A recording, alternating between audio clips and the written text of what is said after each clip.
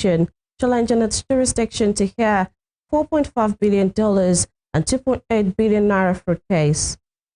Icpc files charges against Nasir Elrufai'S former Commissioner of Finance over alleged financial misappropriation.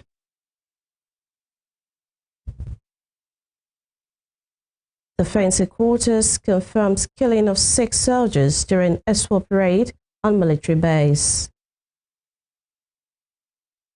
On the foreign scene, at least 2 people killed, dozens injured as firefighters in Los Angeles continue to battle for wildfires. Good evening, this is News at 7 on Western Spring Television. My name is Temitope Ajijola Oluwaola.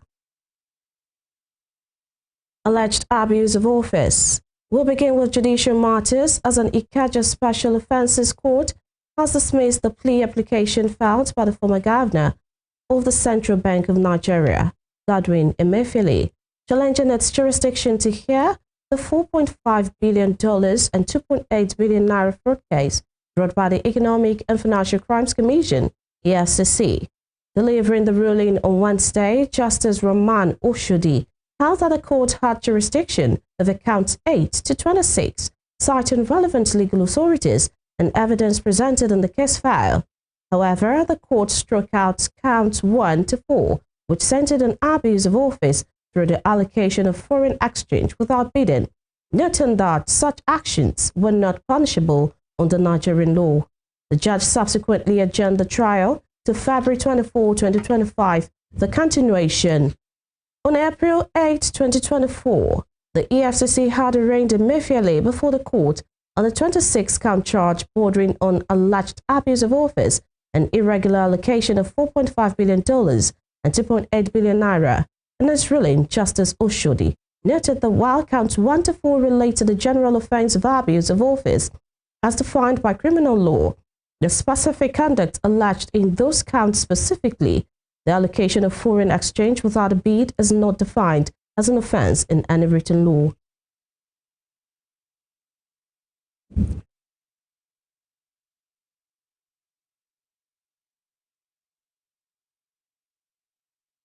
The trial of the former chairman of the Park Management System in Oyo State, Mukaila Lamidi, popularly known as Auxiliary, continued on Wednesday as the prosecution called its 7th witness to testify. Lamidi is facing a 17-count charge, including armed robbery, murder, attempted murder, and illegal possession of firearms, including 1 AK-47 rifle and 2 SMG rifles with magazines. The case is being heard by Justice Baya Taiwo at the Oyo State High Court in Ibadan. During the proceedings, the prosecution led by the Director of Public Prosecution, Aso Adeoye, presented its 7th witness, Fatai Awudele, a driver, who testified about the events of May 29, 2023 at the Ikolaba residence of Oyo State Governor Seyi Makinde. He told the courts that the assailants, armed with cutlasses, knives and sticks, wore red caps and stormed the premises, adding that he was severely injured, robbed of his wristwatch and 65,000 naira in cash, and left unconscious.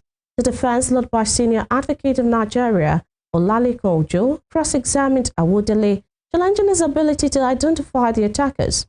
Ojo argued that a chaotic scene involving numerous individuals and security operatives made it impossible for the witness to pinpoint who assaulted him.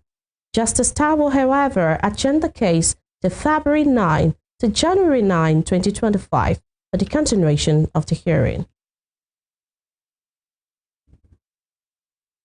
In the meantime, the Independent Corrupt Practices and Other Related Offences Commission, Icpc, has filed charges against Bashir Saidu, a former Commissioner of Finance under the administration of former Governor Nasir Elrufai'S, over alleged financial misappropriation and money laundering.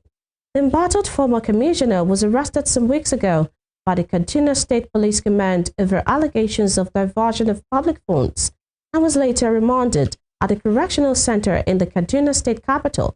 An assistant legal officer at Icpc, Oswabeni Akwanisemeya, filed the case against the former finance commissioner at the Federal High Court in Kaduna on Tuesday.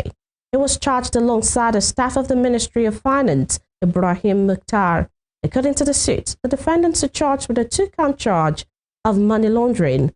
Said served as the Commissioner of Local Government Affairs, Chief of Staff to the Government House, and later Commissioner of Finance under the Elrufai'S administration.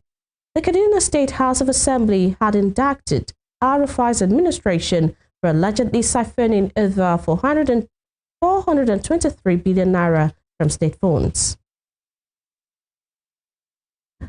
Staying with judicial matters, 2 Nigerians, Olutayo Ogunlaja and Abel Daramola, will face a combined 40-year jail term for participating in a romance scam, according to a statement by the U.S. Attorney Alexander Ibales and Special Agent in charge of the FBI Albuquerque Field Office, Raul Mujanda, revealed through the Department of Justice. The 2 were convicted following a 4-day trial and less than 3 hours of deliberation. The statement noted that throughout the course of the fraud, the victim was led to believe that a financial assistance was necessary for Glenn Brown to complete a purported construction project in Malaysia and return safely to the United States. It added that the victim sent approximately $560,000 to various accounts in the United States, Canada, and Malaysia between January 2016 and April 2017. While Daramola denied any knowledge of the romance scheme, however, the FBI said its investigation uncovered extensive evidence, including text and WhatsApp correspondence on Daramola's phone, revealing his role as a provider of bank accounts for various fraud schemes, including romance fraud schemes. In other news, presidential candidate of the African Action Congress, AAC, Omoyele Sowore, has alleged that the planned National Youth Confab to be set up by the federal government was to compensate the son of President Bola Tinubu, Sheyi, and his friends. He stated that the confab would not yield any positive result. President Bola Tinubu had in his nationwide broadcast on October 1 said he would set up a 30-day National Youth Confab for youths in the country to discuss and address challenges confronting them. But in an interview on Wednesday, Sowore stated that the current administration wants to compensate the youths who are in the corner. Sowore argued that youths do not need a national conference if they truly want to take over power. He added that the young people who are serious about governance would team up in unity to actualize their plans. As the year 2025 kicks off, some Nigerians are having expectations from the government, both at the states and federal levels. President Bola Tinubu had on Monday unveiled top 10 renewed herb policies to be implemented in 2025. And that report, Toby Sanusi, spoke to some Nigerians who expressed their demands and expectations as the year kickstarts. Last year, a number of events, including protests, made headlines owing to the economic hardship ravaging the country. But as the year kicks off again, Nigerians are envisaging better economic policies from the administration of President Bola Tinubu. On Monday, the president, via his ex-handle, reeled out top 10 renewed hope policies to watch out for in 2025, which include the implementation of the tax reform bills, National Youth Confab, infrastructure commissioning, national identification card, implementation of local government autonomy, among other policies. Speaking on some of these policies, chairman of a civil society organization, Waheed Lawal, urged the federal government to be proactive in its implementation, stating that some of the economic policies made so far gave rise to the outrage witnessed in the country last year. He also called for transparency in constituting delegates for the proposed National Youth Confab, expected to begin in the first quarter of 2025. 2024 has come and gone. Thank God we survived all the onslaught that government put in our place last year. This is 2025. Government has rolled out their own program that they want to organize a youth confab in the first quarter of this year.